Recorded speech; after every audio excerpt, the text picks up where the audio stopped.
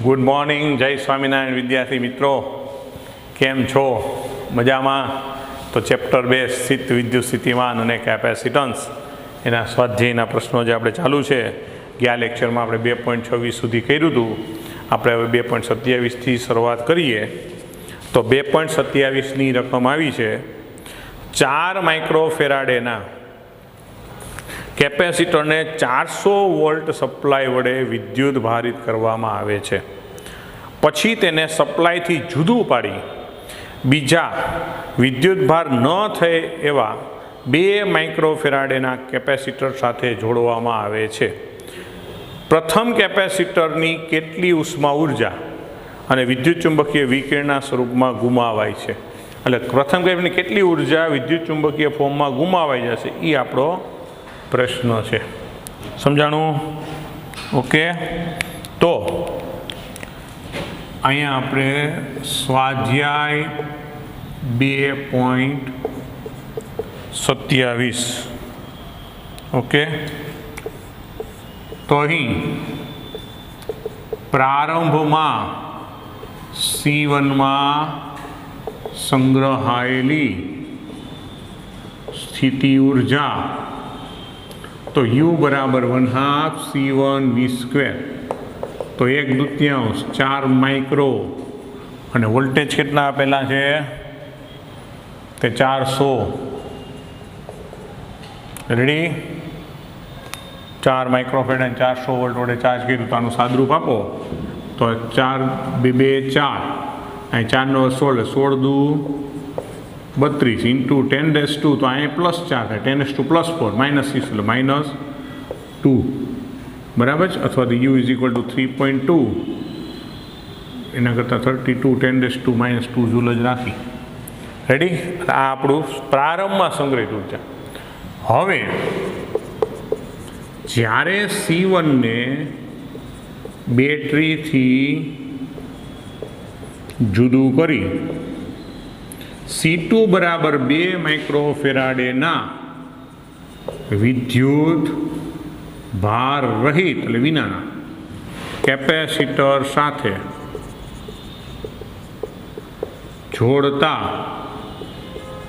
બંનેનો સમાન સ્થિતિમાન. કારણ કે તમે જ્યારે બેટરીને છૂટી કરી નાખો એની યારે બીજો કેપેસિટર જોડો એટલે સમાંતર જોડાણ થશે. સમાંતરમાં સ્થિતિમાન સમાન હોય પણ એ સમાન સ્થિતિમાનને આપણે વિડેશ કહી તો શું મળશે કે કુલ વીજભાર છેદમાં કુલ કેપેસિટન્સ. તો કુલ વીજભાર તો ઓલરેડી પહેલાંમાં સંગ્રહ પામ્યો ને. EQ બરાબર શું થાય? CV. અને શરૂઆતમાં એ વીજભાર સંગ્રહ કેટલું હોય? CV. અને કુલ કેપેસિટન્સ કેટલું? C1 વત્તા C2. તો આમાં કિંમત મૂકો તો 4 10⁻⁻6 આ 400 અને આ 4 × 10⁻⁻6 પ્લસ 2 × 10⁻⁻. તો -6 કોમન કાઢી કેન્સલ. આ 4 વત્તા 2 એટલે 6 બરાબર છે. તો અહીંયા શું થશે? 4 ચોકે 16. તો 16 અને -6 તો કેન્સલ થઈ ગયું એટલે 1600 400 × 1600 છેદમાં 6 આટલા વોલ્ટેજ રહેશે. ભલે એમને જ રાખીએ આપણે. એક કિંમત મૂકવાની થાય ત્યારે સાદુરૂપ આપીએ અથવા તો આપવું દેવું હોય તો શું થશે? 800/3 વોલ્ટ. તો હવે તંત્રની સ્થિતિ ઉર્જા U ડેશ તો એ લખાય 1/2 CV². 1/2 પણ હવે C એટલે સમજો એ બેનો સમતુલ્ય. તો બે શ્રેણીમાં છે ને એટલે એને આપણે જે C કીધો જે સૂત્ર આવશે C, પણ V કયો રાખવાનો? V ડેશ એટલે 1/2 અહીંયા C ની જગ્યાએ શું થઈ જાય? C1 C2 કારણ કે બે સમાંતરમાં સોરી એટલે ઇન્ટુ V ડેશ². તો 1/2 આ 4 વત્તા 2 માઇક્રોમાં છે એટલે -6 અને અહીંયા 400 નહીં સોરી નવો વોલ્ટેજ કેટલો હોય? 800/3 તો શું કર્યું? પહેલાં આપણે કર્યું સમતુલ્ય કેપેસિટર વોલ્ટેજ એટલે Q/C. Q એટલે C1 V/C1 વત્તા C2. એમાં કિંમત ગોઈતું એટલે એનો સમતુલ્ય વોલ્ટેજ મળી ગયો. તો હવે આખા તંત્રની કુલ ઉર્જા 1/2 CV². તો ત્યારે સમતુલ્ય C છે અને સમતુલ્ય વોલ્ટેજ V ડેશ² છે. તો હવે આ Cની જગ્યાએ બે કેવા છે? સમાંતરમાં છે. તો આપણે બેનો સરવાળો થઈને સમતુલ્ય મૂકવાનું અને સમતુલ્ય કેપેસિટર હવે V ડેશ છે. તો એમાં આપણે કિંમત મૂકી. રેડી? તો 4 ને 2 એટલે 6. અહીંયા 3 દુ 6 એટલે 6 કેન્સલ થઈ ગયા. 8 નો વર્ગ થાય 64 ઇન્ટુ 10⁻². તો વિચારો અહીંયા +4, અહીંયા માઇનસ છે તો શું થશે? -2. રેડી? સોરી, અહીંયા આવે 3નો વર્ગ, એટલે 3 નો વર્ગ 9 દુ 18 થયા, ઉપર થયા 6, આ 4 ને 2 6, નીચે થયા 9, એટલે અહીંયા 6 છે ને અહીંયા 9 છે તો કેટલું આવશે? સોરી, એટલે આપણે 6 કરશું અને આપણે 64 લેશું, 8નો વર્ગ, આ 10⁻⁻6 ને અહીંયા 10⁻+4 એટલે -2 વધશે, અને નીચે 9નો વર્ગ, 3નો વર્ગ 9 દુ 18 થશે. તો હવે આપણે આનું સાદુરૂપ આપશું તો શું થશે? 6 તેરી 18 અને 64 ભાગ્યા 3.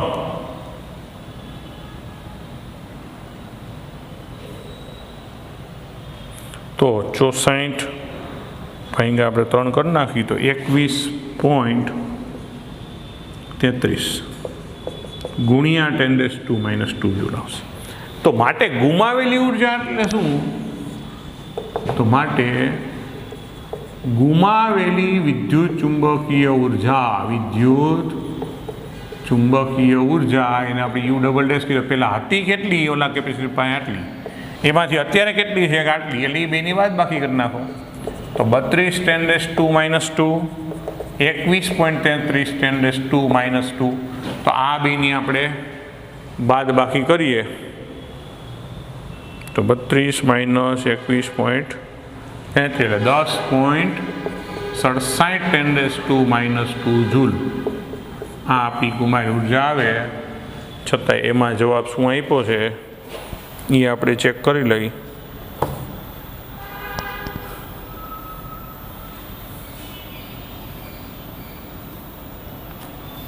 તો એમાં 2.65 છે, એટલે આપણે સાદુરૂપ અહીંયા દેવામાં ક્યાંય ભૂલ કરી છે.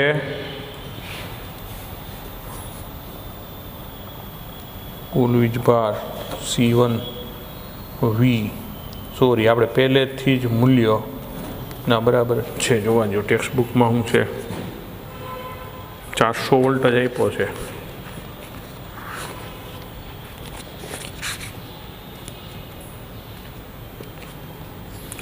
(2.27 2.67 ઇન્ટુ 10⁻²).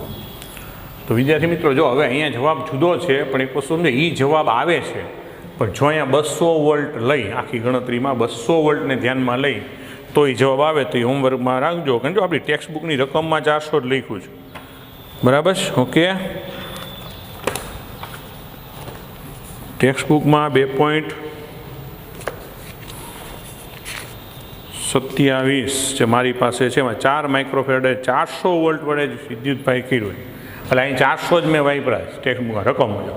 હવે એને જે જવાબ આવે છે ને એ 200 મુજબનું છે, એટલે 200 મુજબ 200 મૂકીને જે કાંઈ ફેરફાર ગણતરી કરજો એટલે આ દાખલો એના જવાબ મુજબ મેચ આવશે.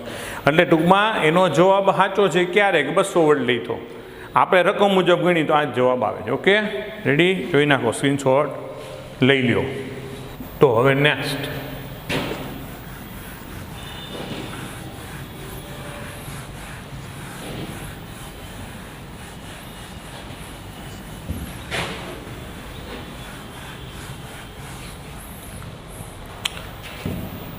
ત્યાર પછી છે 2.28.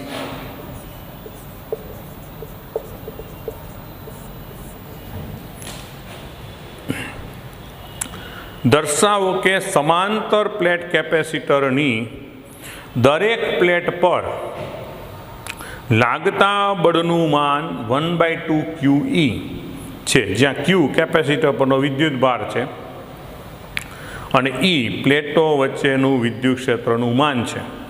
અહીં અવયવ 1/2 કેવી રીતે આવે છે એ આપણે સમજાવવાનું છે. ઓકે, તો સમજો આપણે પહેલાંનું એક ચિત્ર દોરી વિદ્યાર્થી મિત્રો કે સમાંતર પ્લેટ કેપેસિટરની આ પરિસ્થિતિ હતી. ધારો કે આ પ્લસ Q આ, પણ જેને આપણે આને આપણે સિગ્મા એ કહી શકીએ, આને માઇનસ સિગ્મા એ કહી શકાય ને. તો હવે સમજો આપણે કોઈ એક પ્લેટ ઉપર લાગતું બળ એટલે આનું આ વિદ્યુત ક્ષેત્ર વિચારું એકલાનું. જો તો આ પ્લેટ પાસે આ બીજી પ્લેટનું વિદ્યુત ક્ષેત્ર કેટલું લખાય કે σ/2ε0. ક્લિયર થાય? એટલે એનો મતલબ શું થાય કે અહીં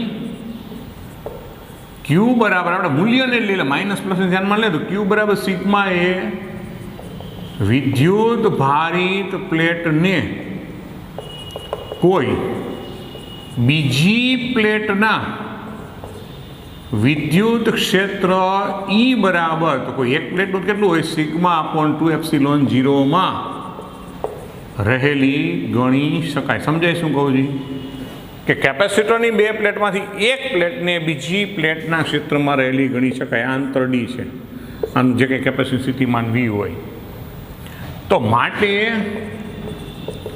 એક પ્લેટ પર બીજી પ્લેટ વડે લાગતું બળ તો એફ બરાબર તો શું થાય બીજી પ્લેટ ઉપરનો વિદ્યુત એટલે સિગ્મા એ ગુણાકારમાં શું લખવું પડે ત્યાંનું વિદ્યુત ક્ષેત્ર તો સિગ્મા એ નાનું થાય સિગ્મા અપોન તો એ થઈ જાય સિગ્મા સ્ક્વેર એ 2ε0 પર સિગ્મા એટલે ક્યુ અપોન એ અપોન 2ε0 ક્લિયર. તો એક એ કેન્સલ તો હવે હું ક્યુ સ્ક્વેર અપોન 2ε0 ઇન્ટુ એ આ એક વિધ હોય ને તો હવે ઉપર નીચે બેમાં ડી વડે ભાગી નાખી તો ક્યુ સ્ક્વેર બાય ડી અને અહીંયા 2ε0 એ બાય ડી તો આ પર થઈ જાય Q square upon 2 D into C.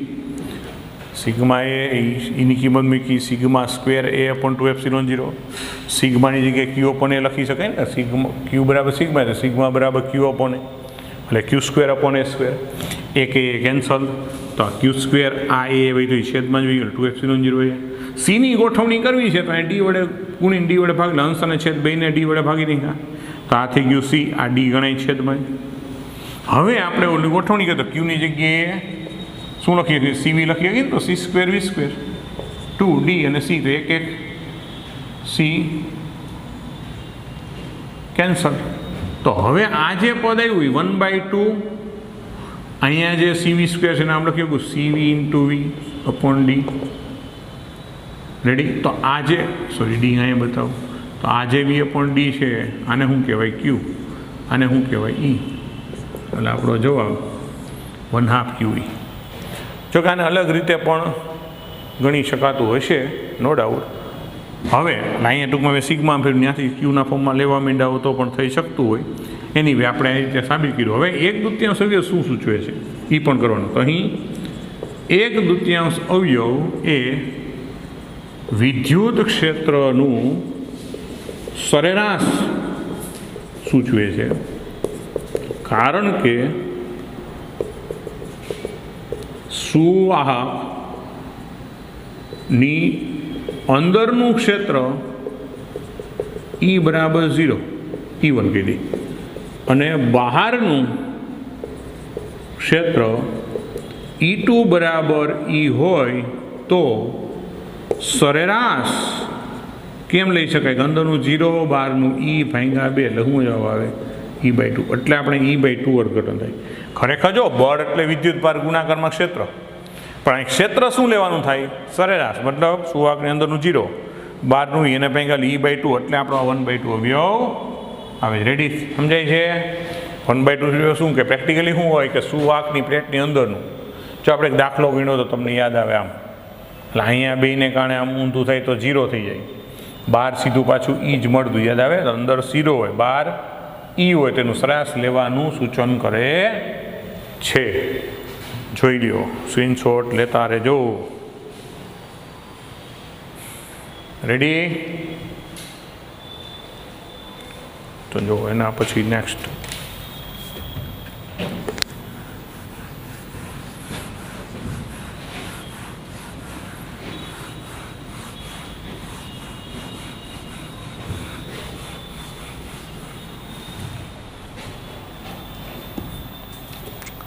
તો એના પછીનો દાખલો છે એ 2.29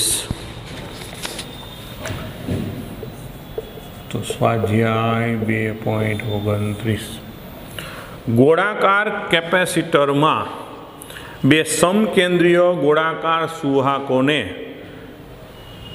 યોગ્ય અવાહક ટેકાઓ વડે તેમના સ્થાનો પર જકડી રાખેલા છે. આકૃતિ તમને આપી.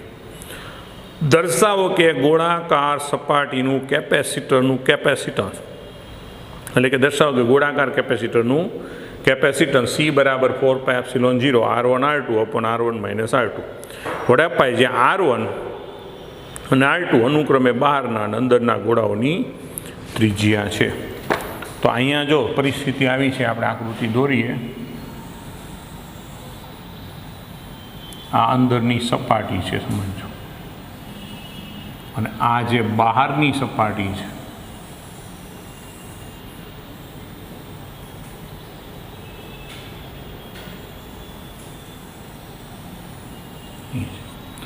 બહારની સપાટીની અંદરની બાજુએ અહીંયા જે કાંઈ વીજભાર છે એ ધન વીજભાર, બરાબર, આ છે એ પ્લસ ક્યુ છે. આની ત્રિજ્યા R1 છે. હવે એની સામે અંદર જે કાંઈ ગોળો છે એના ઉપરનો જે વિદ્યુત ભાર છે નેગેટિવ, એ માઇનસ ક્યુ છે.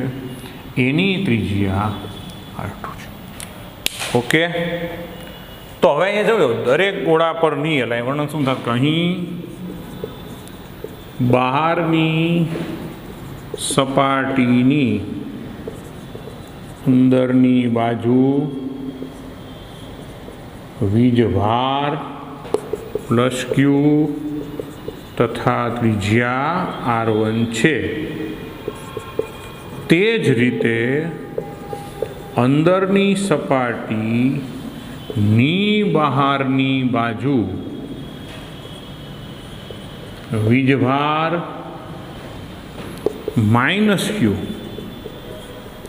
તથા ત્રિજ્યા R2 છે. રેડી? તો હવે બહારની સપાટી પરનું સ્થિતિમાન, તો V1 બરાબર સૂત્ર શું હોય? KQ upon R1. કેની જગ્યાએ લખો 1/4πε0 Q upon R1. અને અંદરની સપાટી પરનું સ્થિતિમાન V2 બરાબર KQ upon R2, તો 1/4πε0 Q upon R2. તો માટે સ્થિતિમાન નો તફાવત, જો આપણે મૂલ્ય છે ઋણ કંઈ વીજભારને ધ્યાનમાં લીધું, તો V2 માઇનસ V1, તો 1/Q upon 4πε0 કોમન, તો 1/R2 માઇનસ 1/R1, તો 4πε0 અહીં ચોકડી ગુણો, તો R1 minus R2 upon R1 R2. બરાબર છે? અહીં ખાલી મૂલ્ય જ, એટલે ક્યુ જ, માઇનસ ક્યુ લીધું નથી, ખાલી મૂલ્યને ધ્યાનમાં લીધું, ધ્યાનમાં રાખજો. તો હવે કેપેસિટન્સ C બરાબર શું હોય? Q upon V. તો ક્યુના છેદમાં કિંમત મૂકો, એટલે ક્યુ R1 minus R2 upon 4πε0 R1 R2. તો ક્યુ ક્યુ કેન્સલ, છેદનો છેદ અંશમાં, તો 4πε0 R1 R2 upon R1 minus R2. એટલે સમજો નળાકારનું કેપેસિટર આપણે આ જ સ્વાધ્યાય દાખલામાં આગળ જોયું હતું, સાબિત કર્યું હતું. એ જ રીતે આનું સૂત્ર, બરાબર છે, પણ આપણને અહીંયા મળી ગયું. રેડી? ઓકે, એટલે હવે ત્રણેયના કેપેસિટર સમાંતરનું ε0 A/d, નળાકારનું હતું 2πε0 L upon Ln R1 upon R2 અથવા A upon B, અને આનું થયું 4πε0 R1 R2 upon R1 minus R2. R1 એટલે બહારની ત્રિજ્યા, R2 એટલે અંદરની ત્રિજ્યા. Okay, ready? જોઈ લો, સ્ક્રીનશોટ લઈ લો.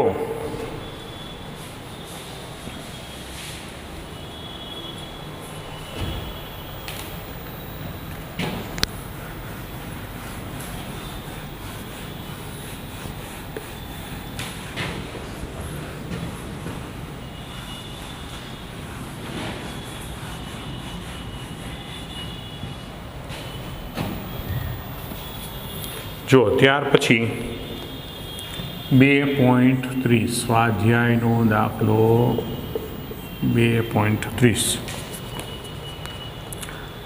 એક ગોળાકાર કેપેસિટરના અંદરના ગોળાની ત્રિજ્યા 12 સેન્ટીમીટર અને બહારના ગોળાની ત્રિજ્યા 13. એટલે અંદરના આપણે R2 કીધું એટલે 12 સેન્ટીમીટર, બહારને આપણે R1 કહી એટલે 13. બહારના ગોળાનું અર્થિંગ કરી દીધેલું છે અને અંદરના ગોળા પર 2.5 એટલે Q બરાબર 2.5 માઇક્રોકુલમ વિદ્યુત ભાર આપેલ છે. તો બે સમકેન્દ્રીય ગોળા વચ્ચેના અવકાશને ડાયલેક્ટ્રિક અચળાંક 32 Kની કિંમત, ડાયલેક્ટ્રિક અચળાંક 32 ધરાવતા પ્રયોડે ભરી દીધેલ છે. તો પહેલું કેપેસિટરના કેપેસિટન્સનું મૂલ્ય કેટલું. નંબર બી, અંદરનું સ્થિતિમાન, અંદરને આપણે R2 કીધું અને V2 કહી દઈએ. આ કેપેસિટરના કેપેસિટન્સને 12 સેન્ટીમીટર ત્રિજ્યાના અલગ કરેલા ગોળાના કેપેસિટર સાથે સરખાવો. એટલે R બરાબર 12 સેન્ટીમીટરનો ગોળો હોય તેનું કેપેસિટર કેટલું ને એને C સાથે સરખાવવાની કરવાની. બરાબર. અલગ ગોળા માટેનું મૂલ્ય ખૂબ નાનું કેમ છે તે સમજાવો. રેડી? તો આપણે આની ગણતરી હવે કરવાની આવે. હવે સમજો કે અહીં ડાઇલેક્ટ્રિક વાળા ગોળાકાર કેપેસિટર માટે હવે સમજો તો શું લખવું પડે વિદ્યાર્થી મિત્રો કે આપણે 4πε0 લખતા હતા ને ત્યાં ખાલી એપ્સિલોન મૂકવું પડે. મતલબ તમે કોઈ માધ્યમ મૂક્યું છે તો એ માધ્યમની પરમિટિવિટી આવે. સમજો એપ્સિલોન એટલે હું માધ્યમની પરમિટિવિટી, પણ આપણે માધ્યમની નથી આપેલ. આપણે પછી એપ્સિલોનને કેમ લખશું કે એપ્સિલોન 0 ઇન્ટુ કે આપણને ડાયલેક્ટ્રિક અચળાંક આપ્યો છે ને, એટલે કે એટલે એપ્સિલોન અપોન એપ્સિલોન 0. કારણ ખબર છે ને કે કે બરાબર શું હોય, એપ્સિલોન અપોન એપ્સિલોન 0. તો એપ્સિલોન બરાબર ન કે એપ્સિલોન 0. હવે બસ કિંમત પધરાવી દો તો 3.14 બરાબર 4 પાઈ આ એપ્સિલોન 0 એટલે 8.85 10⁻12. કેની કિંમત આપી છે 32, R1 આપ્યું છે 13 પણ સેન્ટીમીટર એટલે -2, R2 એટલે 12 પણ સેન્ટીમીટર એટલે -2 અપોન 13 ઓછા 12 ને 2 સેન્ટીમીટર એટલે -2. તો આ -2 હોય ક્યારે કેન્સલ કરી નાખો. આ તો 13 ઓછા 12 એટલે 1 થઈ ગયો. એટલે ઉપરનું ખાલી સાદું રૂપ આપવા માંડો તો 4 ગુણ્યા 3.14 ગુણ્યા 8.85 ગુણ્યા 32 ગુણ્યા 13 ગુણ્યા 12. ઓકે, એટલે 5, 5, 4, 8, 9, 0.75 અને 10⁻14. તો 1, 2, 3, 4 ને 5 પોઈન્ટ આમ ખસી જાય તો 5.55 કરી નાખી તો -9 અને -9 એટલે 5.55 નેનો ફેરાડે લખી શકાય. છતાંય એ લોકોએ જવાબ શું આપ્યો છે અહીંયા આપણે જોઈ લઈએ. 5.5 નેનો આપણે 95 ને 5.5 જ રાખ્યું છે. એની ભલે રહ્યું બરાબર. હવે અંદરના ગોળાનું સ્થિતિમાન તો બી, એટલે ટૂંકમાં આપણો બી. હવે આ હતું એ.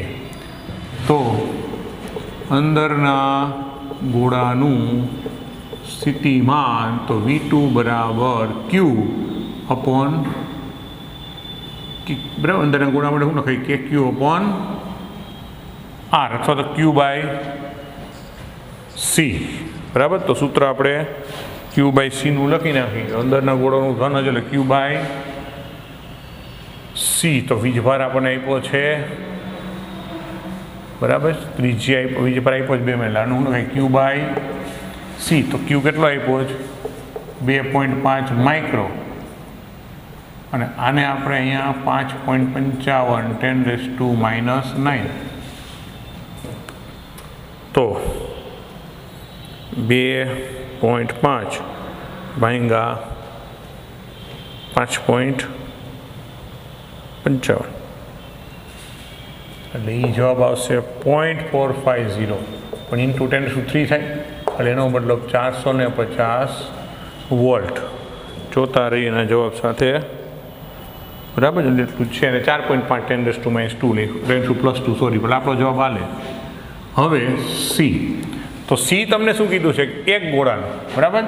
તો R બરાબર 12 સેન્ટીમીટરના એક સુવાહક ગોળાનું કેપેસિટન્સ. હવે જો એક સુવાહક એકલાને સુવાહક તમે ગણો કે જેનો બીજો ગોળો ક્યાં વિચારવાનો હોય?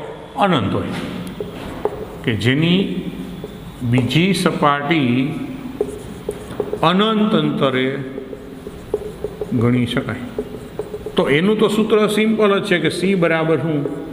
R upon k. આ કે એટલું 4π0 આર લખો ને, 4π0 અને પછી આમ લખો વળી ઓલું ડાયલેટિક અચળાંક સમજાઈ જાય. તો આર કેટલું? 12 સેન્ટીમીટર. આ કેટલું? 9 × 10⁹. તો સી બરાબર આનો જવાબ કેટલો આવશે? તો 12×9 એટલે 1.34 10⁻² પછી તો -9 એટલે -11 આટલા ફેરાડે.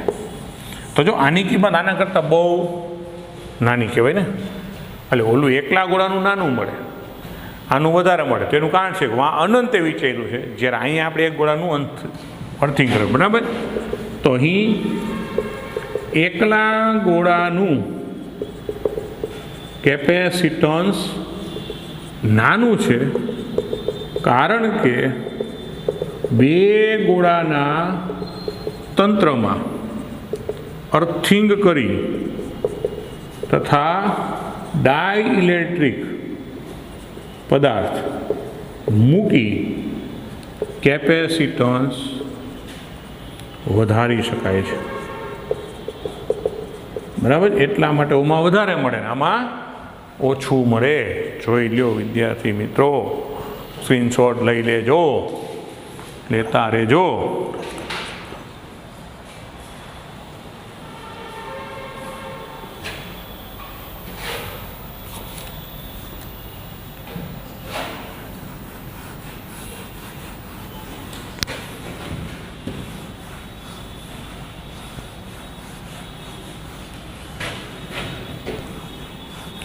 ઓકે, જોઈ ગયું?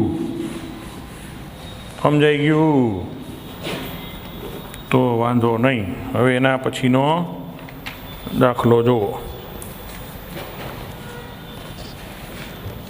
બરાબર છે. તો 2.31 બરાબર થિયોરિટિકલ દાખલો છે.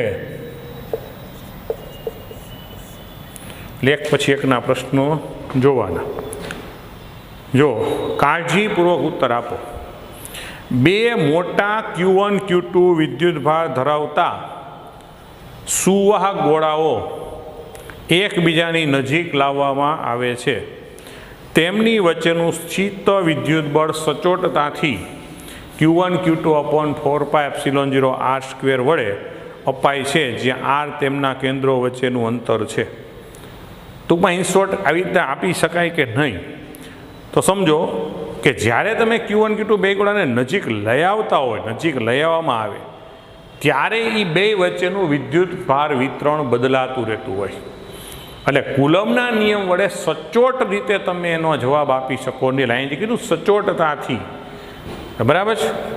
તો આપણે એનો જવાબ આવી રીતના લખવો પડે. બરાબર. કયું આપ્યું છે? એ કે જ્યારે ગોળાઓને એકબીજાની નજીક લઈ આવવામાં આવે ત્યારે તેમના પરનું વીજભાર વિતરણ બદલાય છે. માટે તેમની વચ્ચેનું બળ Q1 Q2 અપોન 4π0 r² વડે સચોટતાથી મળી શકે નહીં. બરાબર. સચોટતાથી જવાબ આપી શકાતો નથી. બીજો પ્રશ્ન છે, જો કુલમનો નિયમ 1/r² ને બદલે 1/r³ પર આધારિત હોત તો પણ શું ગાઉસનો નિયમ સાચું રહેત કે ના? ગાઉસનો નિયમ સાચો રહે નહીં. જો વિદ્યાર્થી તો સેજ તમને ખાલી એની ગાઈડલાઈન આપી દો, તમારે કંઈ સમજાવવાનું નથી. ગાઉસનો નિયમમાં તમે બંધ પૃષ્ઠ વિચારો, એટલે બંધ પૃષ્ઠનો જો સિમ્પલ એક્ઝામ ગોળાકાર લ્યો તો 4πr² આવે. અને અહીંયા શું આવશે 1/r² આવે ને. વિદ્યુત ક્ષેત્રમાં શું આવે ગોળાનું લ્યો તો kq/r², અને સપાટી ડી શું થાય 4πr². તો r² ઉડી જાય, મતલબ r ઉપર આધારિત ન રહે. પણ એની જગ્યાએ બળ જો r ઘનના વિસ્તરણમાં હોય તો r ઉપર આધારિતતા વધી જાય, તો પછી ગાઉસનો નિયમ જળવાઈ શકે નહીં. ક્લિયર થાય છે? એટલે અહીંયા જળવાશે નહીં. એક સ્થિત વિદ્યુત ક્ષેત્ર સંરચનામાં નાના પરીક્ષણ વિદ્યુતભારને સ્થિર સ્થિતિમાંથી મુક્ત કરાવવામાં આવે તો વિદ્યુતભાર તે બિંદુમાંથી પસાર થતી ક્ષેત્ર રેખા પર ગતિ કરવા લાગશે. તો આના બે જવાબ શક્ય છે કે જો વીજ ક્ષેત્ર સુરેખા હશે, જો કે તમને શું કીધું છે, એક સ્થિત વિદ્યુત ક્ષેત્ર, બસ સ્થિત વિદ્યુત ક્ષેત્ર, સમાન વિદ્યુત ક્ષેત્ર કીધું.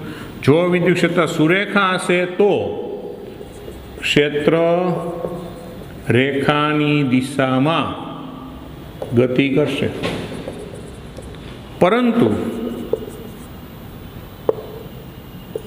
જો વિદ્યુત ક્ષેત્ર રેખા વક્રાકાર હશે તો ગતિ કરશે નહીં. કારણ કે એકચ્યુઅલી વિદ્યુત ભાર છે એ એને મળતા પ્રવેગની દિશામાં ગતિ કરે. એટલે વક્રાકાર હોય તો એ દિશામાં પ્રવેગ મળે એવું જરૂરી નથી, એટલે વિદ્યુતભાર એમ ગતિ કરશે નહીં. બરાબર? સુરેખા હશે તો ગતિ કરશે, એટલે સમાન વિદ્યુત ક્ષેત્ર હશે તો ગતિ કરશે, અસમાન વિદ્યુત ક્ષેત્ર હશે તો નહીં. એટલે આપણે આમ લખીએ કે કૌંસમાં સમાન વિદ્યુત ક્ષેત્ર, અહીંયા ગતિ કરશે એમાં શું હશે કે સમાન વિદ્યુત ક્ષેત્ર હશે, તો અહીંયા શું આવશે અસમાન વિદ્યુત ક્ષેત્ર. ઓકે, હાલો ડી. ન્યુક્લિયસના ક્ષેત્ર વડે ઇલેક્ટ્રોનની પૂર્ણ વર્તુળાકાર કક્ષા દરમિયાન કેટલું કાર્ય થયું હશે? જો કક્ષા લંબવૃત્તીય હોય તો એ શું થાય? તો વિદ્યુત ક્ષેત્ર સમજો સંરક્ષી ક્ષેત્ર છે, એટલે વીજ ક્ષેત્ર સંરક્ષી હોવાથી બંધ માર્ગ પર કાર્ય શૂન્ય જ મળે. માટે કક્ષા વર્તુળાકાર હોય કે લંબવૃત્તીય, બંને સંજોગોમાં કાર્ય શૂન્ય જ થશે. એટલે વર્તુળાકાર હોય કે લંબવૃત્તીય એને કંઈ ફેર પડતો નથી. ઓકે, હવે EFG પાછાના 3 છે, જો કંઈ સમય જાય. આપણે જાણીએ છીએ કે વિદ્યુત ભારે સુવાહકની સપાટીની આરપાર વિદ્યુત ક્ષેત્ર અસતત હોય છે. શું ત્યાં વિદ્યુત સ્થિતિમાન પણ અસતત હોય છે કે ના?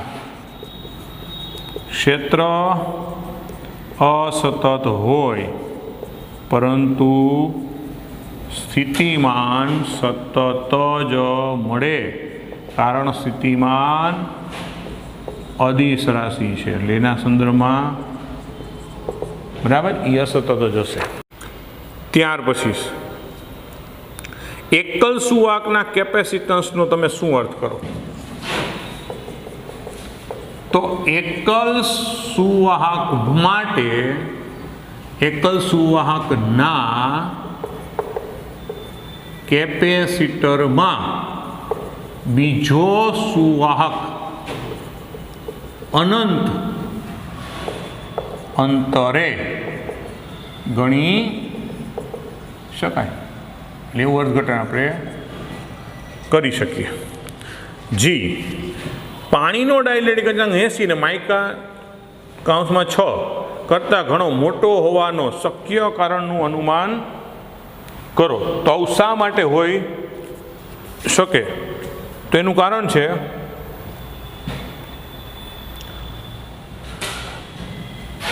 કે પાણીના અણુની ગોઠવણી અસમિત હોય, જ્યારે માઇકામાં સમિત હોય છે. આ એક એનું શક્ય કારણ છે જે આપણે દર્શાવી શકીએ. અને બીજું કારણ એ પણ, એટલે મોટો ડાયરેક્ટ અચળાંક મોટો, એનું કારણ આ જ આવે, ઘણી ગોઠવણીમાં અસમિતા જોવા મળે. ઓમાં સંમિતતા હોય છે. ઓકે, જોઈ નાખો, સ્ક્રીનશોટ લઈ લેજો. અને આજનો કાર્યક્રમ, આજનો લેક્ચર વિદ્યાર્થી મિત્રોને આપણે પૂર્ણ કરીએ છીએ. બધાને જય સ્વામિનારાયણ.